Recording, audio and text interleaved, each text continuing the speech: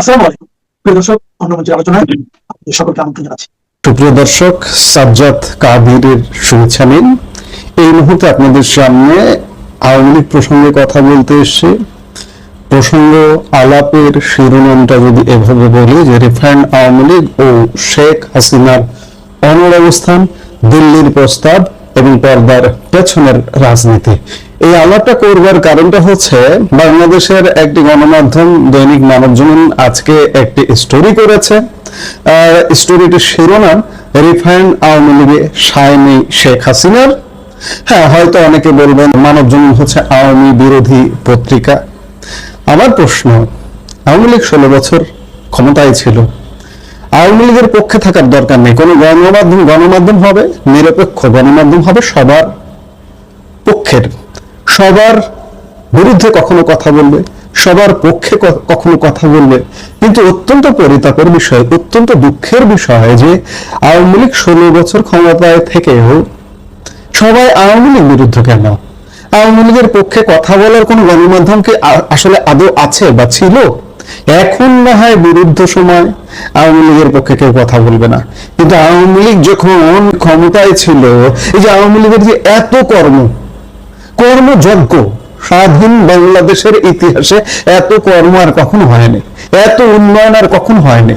এই উন্নয়নগুলো সঠিকভাবে তুলে ধরা গণমাধ্যম নিরপেক্ষভাবে কখনো তুলে ধরেছে, কাজ করেছে? এর কারণটা হচ্ছে যে আওয়ামী লীগের আসলে ওদিকে কোনো নজরই ছিল না। যে গণমাধ্যমেও যে একটা অবস্থান, একটা নিরপেক্ষ অবস্থান, ঠিক আছে, আওয়ামী লীগের পৃষ্ঠপোষকতায় গণমাধ্যম গড়ে উঠলো 10টা, কিন্তু বক্তব্য হবে তাদের নিরপেক্ষ অবস্থান। আওয়ামী লীগ যে ভালো কাজটা করেছে নিরপেক্ষ নির্মোহভাবে সেই বিশ্লেষণটা করবে, সেদিকে কি আওয়ামী লীগের মনোযোগ ছিল? কখনোই ছিল না। আজকে বলবেন যে মানবজমিন বা মানবজমিনের সম্পাদক মতিউর রহমান আওয়ামী বিরোধী, আওয়ামী এন্ট্রি, তার পত্রিকায় কি এসছে সেটা দেখার বিষয় না, কিন্তু না, দেখার বিষয় আছে। অত্যন্ত নির্মম বাস্তবতা আমার বলতেই হয় যে আসলে বাংলাদেশের মিডিয়া জামাতি বামাতি সুবিধাবাদী আর ডলার খেকোদের আখড়ায় পরিণত হয়েছে। আওয়ামী লীগ কেন? আওয়ামী লীগের কথা বারবার কেন আসে? আওয়ামী লীগ বাংলাদেশপন্থী, স্বাধীনতাপন্থী, মুক্তিযুদ্ধপন্থী। আওয়ামী লীগ স্বাধীনতা মুক্তিযুদ্ধের নেতৃত্ব দানকারী দল। হ্যাঁ, এখানে অনেক দুর্বৃত্ত আছে, অস্বীকার করার কোনো উপায় নেই, কিন্তু দিন শেষে বাংলাদেশ নিয়ে যদি কেউ চিন্তা করে থাকে সেটা আওয়ামী লীগ। কিন্তু গণমাধ্যম আওয়ামী লীগের পক্ষে কথা বলে না, আওয়ামী লীগ নিয়ে আলাপ করে না, আওয়ামী লীগ নিয়ে ইতিবাচক কথা বলে না। কেন? এগুলো ভাবনার বিষয়। যাই হোক, মতিউর রহমান চৌধুরী আজকে মানবজমিনে যে স্টোরিটা করেছে, এটি গুজব হোক, স্টোরি হোক, সংবাদ হোক, সত্য হোক, আমরা এটি নিয়ে একটু আলাপ করতে চাই। আপনারা কি জানেন রিফাইন্ড আওয়ামী লীগ বা একটি পরিশোধিত আওয়ামী লীগ গড়ার জন্য পর্দার পেছনে বিশাল এক পরিকল্পনা চলছিল? ভারত সরকার স্বয়ং এই প্রস্তাব নিয়ে কাজ শুরু করেছিল, কিন্তু সব জল্পনা কল্পনা ছাপিয়ে শেখ হাসিনা সাব জানিয়ে দিয়েছিলেন না, তিনি এই নতুন ফরম্যাটে আওয়ামী লীগকে দেখতে চান না। এমনকি কয়েকদিন আগে আপনারা শুনেছিলেন মানবজমিনই সেই স্টোরিটা করেছিল, শেখ হাসিনাকে কাতার যাওয়ার প্রস্তাব দেওয়া হয়েছিল। সেই কাতার যাওয়ার প্রস্তাবও তিনি নাকচ করে দিয়েছিলেন। কেন তিনি দিল্লির এই প্রস্তাব ফেরালেন? আর সাবির হোসেন চৌধুরীকে নিয়ে কেন তিনি ক্ষুব্ধ? ঘটনার শুরুটা হয় ভারত সরকারের দুটি প্রস্তাবের মধ্য দিয়ে। ভারতের পক্ষ থেকে শেখ হাসিনাকে দুটি বিকল্প দেওয়া হয়েছিল। প্রথমত, তিনি কাতার চলে যান, দ্বিতীয়ত বাংলাদেশের আসন্ন নির্বাচনকে সামনে রেখে একটি পরিশোধিত আওয়ামী লীগ গড়ার ব্যাপারে মত দেন। কিন্তু শেখ হাসিনা এই দুটি প্রস্তাবই অত্যন্ত কৌশলে উড়িয়ে দিয়েছেন। ভারতের কূটনৈতিক সূত্রগুলো বলছে শেখ হাসিনাকে স্পষ্ট ইঙ্গিত দেওয়া হয়েছিল যে তার বর্তমান নেতৃত্বে আওয়ামী লীগ পুনর্গঠন প্রায় অসম্ভব। কারণ সাম্প্রতিক গণ আন্দোলন, আমি এটাকে গণ আন্দোলন বলি না, একটা ষড়যন্ত্র এবং তথাকথিত গণ আন্দোলন যদি বলেন সেটাই ভালো হবে, এবং তার সরকারের সময়ে ঘটে যাওয়া ঘটনাগুলো মানুষের মন থেকে এখন মুছে যায়নি। এগুলো ভুল কথা। আপনি রাস্তায় বের হয়ে দেখেন, একটা জনমত জরিপ করেন, আপনি পেট্রোল পাম্পের যে লাইনটা আছে সেই লাইনে একটু দাঁড়িয়ে আপনি মানুষের মধ্যে একটু জরিপ করে দেখেন মানুষ কি বলছে। মানুষ বলতে বাধ্য হচ্ছে আওয়ামী লীগ ভালো ছিল, শেখ হাসিনা কেন কাতার যেতে চান না? কারণ তিনি মনে করেন কাতার যাওয়ার অর্থ হলো দলের নেতৃত্ব ছেড়ে দেওয়া। তিনি কোনো অবস্থাতে ভারত ছাড়তে রাজি নন এবং নেতৃত্ব হাতছাড়া করতেও নারাজ। যদিও তার বিরুদ্ধে গণহত্যার অভিযোগ এবং জনরোষ তুঙ্গে প্রশাসনিক কোনো সমর্থন নেই এবং বাংলাদেশে দলের দৃশ্যমান কোনো অস্তিত্বই নেই, তবুও তিনি তার সিদ্ধান্তে অনড়। বর্তমান পরিস্থিতিতে দলের নেতারা হয় ভারতে না হয় অন্য দেশে আশ্রয় নিয়ে আছেন। তৃণমূল কর্মীরা এখনো পলাতক, দল পুনর্গঠনের কোনো কার্যকর চেষ্টাও পরিলক্ষিত হচ্ছে না। হ্যাঁ, অনেক হতাশা আছে, কিন্তু এই যে মানবজমিন যে বলছে বেশিরভাগ নেতা ভারতে অথবা পৃথিবীর অন্য দেশে আছে, কিন্তু না, বাংলাদেশে বেশিরভাগ নেতা আছে। আপনি কতগুলো নেতা বিদেশে আছে? 100 জন হবে? এটা তালিকা করে দিন তো মানবজমিন, যে 100 জন নেতা, এতজন ভারতে আছে, এতজন ইয়েতে আছে। কেন্দ্রীয় নেতার কথা বলছি, জেলা উপজেলা সেগুলো নয়, কেন্দ্রীয় নেতা, মন্ত্রী, এমপি 100 জন হবে টোটাল? হবে কিনা সন্দেহ আছে। সবাই দেশে আছে, শুধুমাত্র একটি অনুকূল পরিবেশ দিন। আওয়ামী লীগের কেউ যদি দোষ করে থাকে তার বিচার আওয়ামী লীগ নিজেই করবে, কিন্তু একটা রাজনীতির অনুকূল পরিবেশ করে দিন, দেখুন কি অবস্থা ঘটে। বলা হচ্ছে এই টালমাটাল অবস্থায় নেতার কর্মীদের কাছেই শেখ হাসিনার অবস্থান এখন নড়বড় হয়ে পড়েছে। কয়েক দফা বৈঠকের পর ভারত সরকারও এখন আওয়ামী লীগ বা শেখ হাসিনাকে নিয়ে তাদের আগ্রহ অনেকটাই হারিয়ে ফেলেছে। সম্প্রতি ঢাকা ও দিল্লির মধ্যে যে দ্বিপক্ষীয় আনুষ্ঠানিক আলোচনা হয়েছে, সেখানে আশ্চর্যের বিষয় হলো হাসিনা প্রসঙ্গটি আসেনি। এমনকি আওয়ামী লীগের কার্যক্রম নিষিদ্ধ করার যে অধ্যাদেশ বা বিল এসেছে তা নিয়ে দিল্লি কোনো উচ্চবাচ্য করেনি। এই নীরবতা শেখ হাসিনাকে প্রচন্ড হতাশ করেছে, কিন্তু বর্তমানে তার করার আসলে কিছুই নেই। আপনারা অনেকেই হয়তো লক্ষ্য করেছেন সাবির হোসেন চৌধুরীর নাটকীয় বিদায়। পর্দার আড়ালে তাকে কেন্দ্র করে একটি রিফাইন্ড আওয়ামী লীগ গড়ার জোর চেষ্টা চলছিল, কিন্তু শেখ হাসিনা এই উদ্যোগে সরাসরি অসম্মতি জানান। তিনি এই পরিকল্পনায় শুধু নাই বলেননি, বরং ভীষণভাবে ক্ষুব্ধ হয়েছেন। এর ফলে সাবির হোসেন চৌধুরী দৃশ্যপট থেকে বিদায় নিতে বাধ্য হন। এই উদ্যোগগুলো ব্যর্থ হওয়ার পর ভারতের নীতি নির্ধারকদের মনোভাবে বড় ধরনের পরিবর্তন আসে। তারা শেষ পর্যন্ত নির্বাচনের পক্ষে মত দেন এবং বাংলাদেশে একটি শান্তিপূর্ণ নির্বাচন অনুষ্ঠানের দিকেই গুরুত্ব দেন। দলের নেতৃত্বের প্রশ্ন যখনই এসেছে, শেখ হাসিনা শুরুতেই চেয়েছিলেন তার পরিবারের কাউকে সামনে আনতে, কিন্তু আওয়ামী লীগের ভেতরে এ নিয়ে কোনো ইতিবাচক সাড়া পাওয়া যায়নি। এমনকি তার বোনের ছেলে রাবিয়ান সিদ্দিক ববিকে নেতৃত্বের শীর্ষে আনার ব্যাপারেও শেখ হাসিনা সবুজ সংকেত দেননি।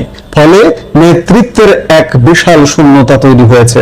সময় যত গড়াচ্ছে, দলের নেতাকর্মীদের মধ্যে হতাশা এবং ক্ষোভের পাহাড় জমছে।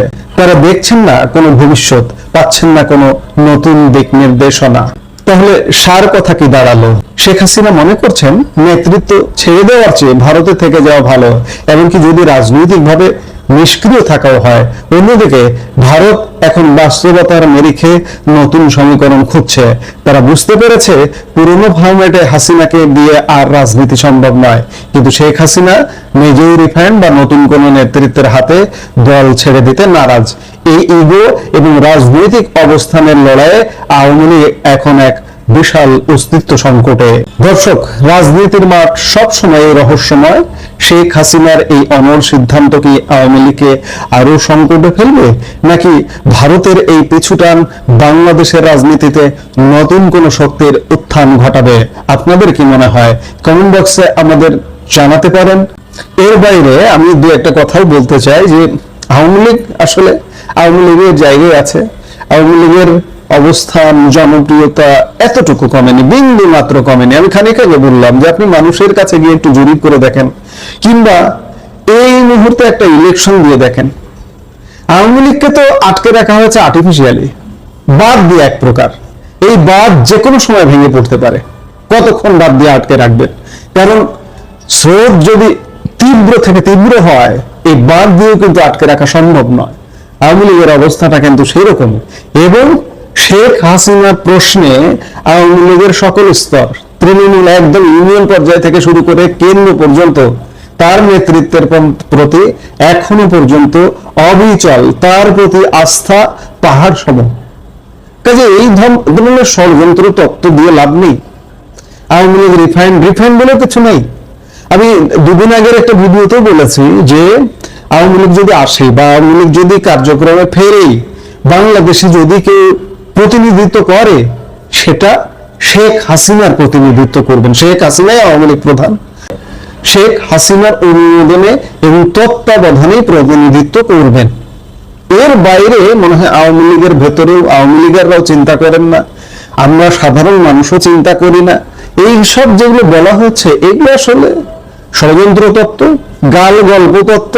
কাজেই আওয়ামী লীগের জায়গায় আছে। শুধুমাত্র এই যে বাদ দিয়ে যে রেখেছেন, বাদটা মুক্ত করে দিন, দেখুন কি অবস্থা ঘটে। কাজেই আওয়ামী লীগ কোনো অস্তিত্ব সংকটে নেই বলে আমরা মনে করি।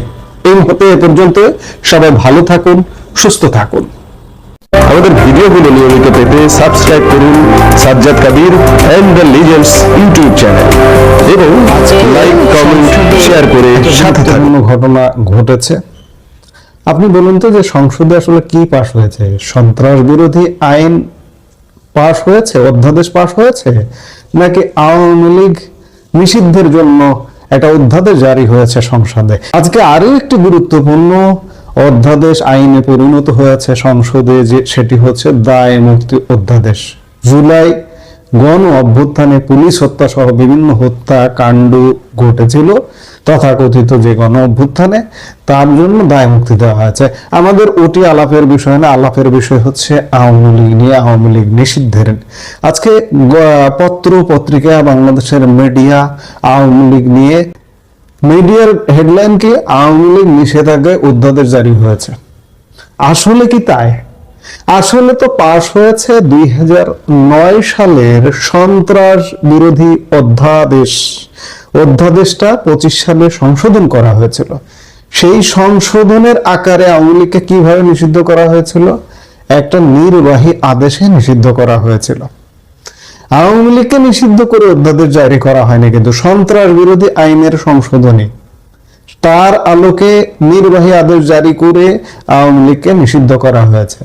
এবং সেই অধ্যাদেশটি আজকে আইনে পরিণত হলো, সংসদে এটাকে পাশ করা হলো। এখন যে 2009 সালের সন্ত্রাস বিরোধী আইনে কি ছিল, আর 2025 সালে আসিফ নজরুল এটাকে সংশোধন করে কি করেছিল, আমরা সেটা একটু দেখে আসি। 2009 সালের সন্ত্রাস বিরোধী আইন সংশোধন করে 2025 সালের 11 মে একটি নতুন অধ্যাদেশ জারি করা হয়েছিল আসিফ নজরুলদের নেতৃত্বে। এই অধ্যাদেশের প্রধান লক্ষ্য ছিল কোনো ব্যক্তি বা সংগঠনকে কেবল নিষিদ্ধ করাই নয়, বরং তাদের যাবতীয় রাজনৈতিক ও প্রচারণামূলক কার্যক্রম আইনগতভাবে বন্ধ করার পথ প্রশস্ত করা। মূলত 2009 সালের মূল আইনের 18 ও 20 ধারা সংশোধন করে এই অধ্যাদেশ জারি করা হয়। ধারা 18-এর সংশোধন, কি সংশোধন করা হয়েছিল আমরা দেখি। মূল আইনে সরকারকে কোনো সত্তাকে নিষিদ্ধ করার ক্ষমতা দেওয়া হয়েছিল, তবে 2025 সালের অধ্যাদেশের মাধ্যমে এতে নতুন একটি বিধান যুক্ত করা হয়। সরকার এখন থেকে কোন সত্তাকে কেবল নিষিদ্ধই নয়, চাইলে সেই সত্তার যাবতীয় কার্যক্রম নিষিদ্ধ ঘোষণা করতে পারবে। এটি সরকারকে কোন সংগঠনের অস্তিত্বের পাশাপাশি তাদের কর্মকাণ্ডের উপর সরাসরি আইনি নিয়ন্ত্রণ দেয়। আগে সংগঠনকে জাস্ট নিষিদ্ধ করার ক্ষমতা দেওয়া ছিল, অর্থাৎ একটা সংগঠন XYZ নামের একটা সংগঠন, সেটা নিষিদ্ধ, কিন্তু কার্যক্রম নিষিদ্ধের ব্যাপারে কিছু বলা ছিল না। 25-এ এখানে যুক্ত করা হয় যে সেই সংগঠন শুধু নিষিদ্ধ না, তার কার্যক্রমও বন্ধ থাকবে। এইভাবে যুক্ত করা হয় 18 ধারার সংশোধনীতে। 30 ধারায় সংশোধন করে কি করা হয়? 20 নম্বর ধারায় প্রচার ও জনসমাগম নিষিদ্ধকরণ। এই ধারায় বড় পরিবর্তন এনে নিষিদ্ধ বা কার্যক্রম স্থগিত করার সত্তার বিরুদ্ধে কঠোর বিধিনিষেধ আরোপ করা হয় নতুন সংশোধনী অনুযায়ী। মিডিয়া ও অনলাইন প্রচারণা নিষিদ্ধ সত্তার পক্ষে কোনো প্রেস বিজ্ঞপ্তি প্রকাশ বা মুদ্রণ করা যাবে না। এছাড়া গণমাধ্যম, অনলাইন প্ল্যাটফর্ম ও সামাজিক যোগাযোগ মাধ্যমে কোনো ধরনের প্রচারণা চালানো যাবে না। এটা এই যে 25-11 মে যে সংশোধন আনা হয়েছে তাতে যুক্ত করা হয় যে প্রচারণা চালানো যাবে না। আগে এগুলো ছিল না 9 সালের সন্ত্রাস বিরোধী আইনে। জনসমাবেশ এই সত্তার পক্ষে কোনো মিছিল, সভা, সমাবেশ, সংবাদ সম্মেলন আয়োজন করা বা জনসম্মুখে বক্তৃতা প্রদান সম্পূর্ণ নিষিদ্ধ করা হয়েছে। অর্থাৎ নতুন অধ্যাদেশে এগুলো নিষিদ্ধ করা হয়েছে। আগে শুধুমাত্র সংগঠন নিষেধ করা যেত। এই অধ্যাদেশটি জারির পরদিন অর্থাৎ 11 মে অধ্যাদেশটা সংসদ জারি করা হয়েছে। করে 12 মে 2025 তারিখে এই আইনের ক্ষমতা বলে রাজনৈতিক দল হিসেবে আওয়ামী লীগের কার্যক্রম স্থগিত ঘোষণা করা হয়েছিল, নিষিদ্ধ নয়। পরবর্তীতে 2026 সালে এই অধ্যাদেশটিকে স্থায়ী আইনে রূপান্তরের জন্য জাতীয় সংসদে সন্ত্রাস বিরোধী বিল 2026 পাশ করা হয় এবং সেটি আজকের ঐতিহাসিক দিন। সংক্ষেপে বলতে গেলে এই সংশোধনের মাধ্যমে কোন সংগঠনকে নিষিদ্ধ করার পাশাপাশি তাদের ডিজিটাল এবং শারীরিক উভয় ধরনের কার্যক্রম বন্ধ করার আইনি ভিত্তি নিশ্চিত করা হয়েছে। 2025 সালের 12 মে তো কার্যক্রমগুলো অধ্যাদেশ জারি করে নিষিদ্ধ করা হয়েছে। তবে আজকের এই অধ্যাদেশটি পাশ হওয়ার আগে গত কয়েকদিন একটা আলাপ ছিল যে এই নিষিদ্ধ সংগঠনগুলো যদি কোনো কার্যক্রম করে, সেটা আওয়ামী লীগ হোক অন্য নিষিদ্ধ সংগঠনের ক্ষেত্রেও কিন্তু প্রযোজ্য, একই কথা। যদি কোনো কার্যক্রম করে শাস্তির বিধান যুক্ত করার কথা ছিল। 4 থেকে 14 বছরের শাস্তি বিধান, সাজা, জেল, কারাগার, কারান্তরীণ এইসব শাস্তির বিধান যুক্ত করার কথা ছিল, যুক্ত করা হয়নি। কিন্তু এই আইনের সংশোধনী আর কোনো আনা হয়নি। আসিফ নজরুলরা যে অধ্যাদেশটি জারি করেছিল সেটি হুবহু পাশ করেছে এবং এটি নিয়ে আজকে কি ঘটেছে সেটিও একটু দেখুন। সেটিও কিন্তু খুব মজার ঘটনাগুলো। আওয়ামী লীগের কার্যক্রম নিষিদ্ধের জন্য অন্তর্বর্তী সরকারের সন্ত্রাস বিরোধী অধ্যাদেশ অনুমোদন দিয়েছে জাতীয় সংসদ। আজ বুধবার জাতীয় সংসদে এ সংক্রান্ত সন্ত্রাস বিরোধী বিল 2026 পাশ হয়। স্বরাষ্ট্রমন্ত্রী সালাউদ্দিন আহমেদ বিলটি পাশের জন্য উত্থাপন করলে তা সর্বসম্মতক্রমে কণ্ঠভোটে পাশ হয়। এর আগে কার্যক্রম নিষিদ্ধ সত্তা কার্যক্রম চালালে শাস্তির বিধান যুক্ত করার বিষয়টি শোনা গেলেও সংসদে পাশ হওয়া সংশোধনী বিলে তা করা হয়নি। অন্তর্বর্তী সরকারের সময়কালে জারি করা অধ্যাদেশ হুবহু সংসদে পাশ হয়েছে। তবে শেষ পর্যায়ে বিলটি পাশের প্রস্তাব উত্থাপন করার সময় ফ্লোর চান বিরোধী দলীয় নেতা ডক্টর শফিকুর রহমান। মজার বিষয়, ফ্লোর পেয়ে বিরোধী দলীয় নেতা বলেন এ সংক্রান্ত একটি তুলনামূলক শীট আমরা 3-4 মিনিট আগে হাতে পেয়েছি, এটা পুরো পড়তে পারিনি। আইনটি অবশ্যই একটি সেন্সিটিভ বা স্পর্শকাতর আইন। আমরা কি এই আইনটি পাশের জন্য একটু সময় চাইতে পারি? জবাবে স্পিকার বলেন আপত্তি জানানোর জন্য একটি নির্দিষ্ট সময় আছে, সেই সময় আপত্তি হলে আমরা গ্রাহ্য করতে পারতাম। বিলের এই পর্যায়ে এসে আর আপত্তির সুযোগ নেই। জবাবে বিরোধী দলের নেতা বলেন দুঃখজনকভাবে সিটটা তো পেয়েছি এইমাত্র। জবাবে স্পিকার বলেন যা হোক, বিষয়টি হয়তো পরে আমরা দেখব, বিলের এই পর্যায়ে আপত্তির কোনো সুযোগ নেই। এরপর তিনি বিলটি পাশের প্রস্তাব উত্থাপন করার জন্য স্বরাষ্ট্রমন্ত্রীকে ফ্লোর দেন। ফ্লোর পেয়ে আওয়ামী লীগের নাম উল্লেখ না করে স্বরাষ্ট্রমন্ত্রী সালাউদ্দিন আহমেদ বলেন বিলটি একটি গণহত্যাকারী সন্ত্রাসী সংগঠনের নিষিদ্ধকরণ সংক্রান্ত একটি সংশোধনী, আগের যে সন্ত্রাস বিরোধী আইন ছিল তা সংশোধনের জন্য। স্বরাষ্ট্রমন্ত্রী বলেন বিরোধী দলীয় নেতার নিশ্চয়ই স্মরণ থাকার কথা, ওনারা এবং এনসিপির বন্ধুরা সবাই মিলে একটি আন্দোলন করেছিলেন। বিএনপি আন্দোলন করেনি এই নিষিদ্ধের জন্য। সেই আন্দোলনের প্রেক্ষিতে মোটামুটি বাংলাদেশে একটা জনমত সৃষ্টি হয়েছিল। সেই প্রেক্ষিতে তাদের কার্যক্রম নিষিদ্ধ করা হয়েছে সন্ত্রাস বিরোধী আইনে। অ্যাকর্ডিংলি নির্বাচন কমিশনে তাদের নিবন্ধনটাও স্থগিত হয়ে আছে। এই আইনের অনুবলে পরবর্তীতে আইসিটি অ্যাক্টের পরিবর্তন এনে সংগঠনের বিচারে বিধান যুক্ত করে সেই আইনটাও সংশোধন করা হয়েছে। এই হচ্ছে বিষয়টা, আইনটা এইভাবে পাশ হয়েছে, অর্থাৎ সন্ত্রাস বিরোধী আইন পাশ হয়েছে সংসদে। আওয়ামী লীগ নিষেধাজ্ঞার আইন পাশ হয়নি। সন্ত্রাস বিরোধী আইনের অধীনে 2025 সালের 12 মে একটি নির্বাহী আদেশের মাধ্যমে আওয়ামী লীগের কার্যক্রম নট নিষিদ্ধ, স্থগিত করা হয়েছে। কোন পর্যন্ত? ওই যে আন্তর্জাতিক অপরাধ ট্রাইব্যুনালে বিচার না হওয়া পর্যন্ত আওয়ামী লীগের কার্যক্রম নিষিদ্ধ থাকবে। আজকে নতুন কিছু হয়নি। যে অধ্যাদেশটা আসিফ নজরুল, জামাত, এনসিপি, ইউনূস মিলিয়ে পাশ করেছিল, বিএনপি পরে সমর্থনও দিয়েছিল। বিএনপি প্রথম দিকে যদিও বলেছিল যে প্রজ্ঞাপন জারি করে কোন রাজনৈতিক দল নিষিদ্ধের পক্ষে আমরা নয়, কিন্তু জামাত, এনসিপি, ইউনূসের আইনটা পাশ করে দিল। এতে কি হলো? এতে যেটি হলো যে ভবিষ্যতে একই ঘটনার মুখোমুখি হবে বিএনপি, একই ঘটনার মুখোমুখি হবে জামাত, একই ঘটনার মুখোমুখি হবে এনসিপি এবং আরো বিভিন্ন সংগঠন। সেটা রাজনৈতিক হতে পারে, অরাজনৈতিক হতে পারে, যে কোনো সংগঠনের নিষেধাজ্ঞা হলে এই যে আইনগুলো সংশোধন করা হয়েছে, প্রচারণা করা যাবে না, সাংগঠনিক কার্যক্রম চালানো যাবে না, মিডিয়াতে কাজ করা যাবে না, মিডিয়াতে প্রচার করা যাবে না, সোশ্যাল মিডিয়ায় প্রচার করা যাবে না, জনসমাবেশ করা যাবে না, এটা কিন্তু সবার জন্য প্রযোজ্য হবে। আজকে জামাত আমির তথাকথিত সংসদে বিরোধী দলীয় নেতা কেন দাঁড়ালেন? যে আইনটা স্পর্শকাতর, এটা কি পাশ করতে একটু আমরা সময় পেতে পারি? কেন? একবারও কি তাদের মনে হয় না যে ভবিষ্যতে তাদেরও এই ঘটনাগুলো ঘটতে পারে?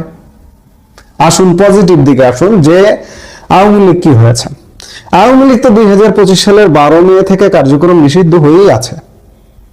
নতুন করে সংসদে নিষিদ্ধ করা তো কিছু নেই। আওয়ামী লীগ নিষিদ্ধ হয়ে আছে সন্ত্রাস বিরোধী আইনে। এই যে এইটারই সংশোধনের মাধ্যমে, এই আইনটারই সংশোধনের মাধ্যমে আগামীকাল যদি আওয়ামী লীগের যে ওই যে প্রজ্ঞাপনটা বা ওই নির্বাহী আদেশটা যদি উঠিয়ে নেওয়া হয় সরকারের তরফ থেকে, সব রাজনৈতিক দলের তরফ থেকে, কিংবা আন্তর্জাতিক চাপে যদি কালকে উঠিয়ে নেওয়া হয়, তাহলে আওয়ামী লীগ কার্যক্রম শুরু করতে পারবে, তাতে তো কোনো বাধা নেই। কিন্তু এই আজকে সারাদিন সকাল থেকে দেখছি যখন থেকে এটা পাশ হয়েছে যে আওয়ামী লীগ নিষিদ্ধের আইন হয়েছে সংসদে, আওয়ামী লীগ নিষিদ্ধের আইন হয়নি, সংগঠনের জন্য, এটা সব যে কোনো সংগঠনের জন্য এই আইনটা একটু কঠোর হয়েছে। আগে ছিল শুধুমাত্র নিষেধাজ্ঞা, কিন্তু কার্যক্রম নিয়ে কিছু না, প্রচারণা নিয়ে এগুলো কিছু ছিল না। আসিফ নজরুল এগুলো যুক্ত করেছে এবং কদিন ধরে আরো আলাপ ছিল যে এটাকে আরো কঠোর করা যায় কিনা, শাস্তির বিধান করা যায় কিনা। শাস্তির বিধান যুক্ত হয়নি। কাজেই ভয় পাওয়ার কিছু নেই, প্যানিক হওয়ার কিছু নেই যে আওয়ামী লীগ নিষিদ্ধে সংসদে আইন হয়েছে। না, আগামীকাল যদি সেই নির্বাহী আদেশটা উঠে যায় তাহলেই আওয়ামী লীগ কার্যক্রম শুরু করতে পারবে। ভুল কি আমি নাকি আপনি? একটু মিলিয়ে নেবেন, নিয়ে আমার কমেন্ট অপশনে কমেন্ট করবেন, আমি আপনার কাছ থেকে জ্ঞান লাভ করে ঋদ্ধ হব। এই মুহূর্তে ভিডিও থেকে বিদায় নিতে চাইছি। সবাই ভালো থাকুন, সুস্থ থাকুন।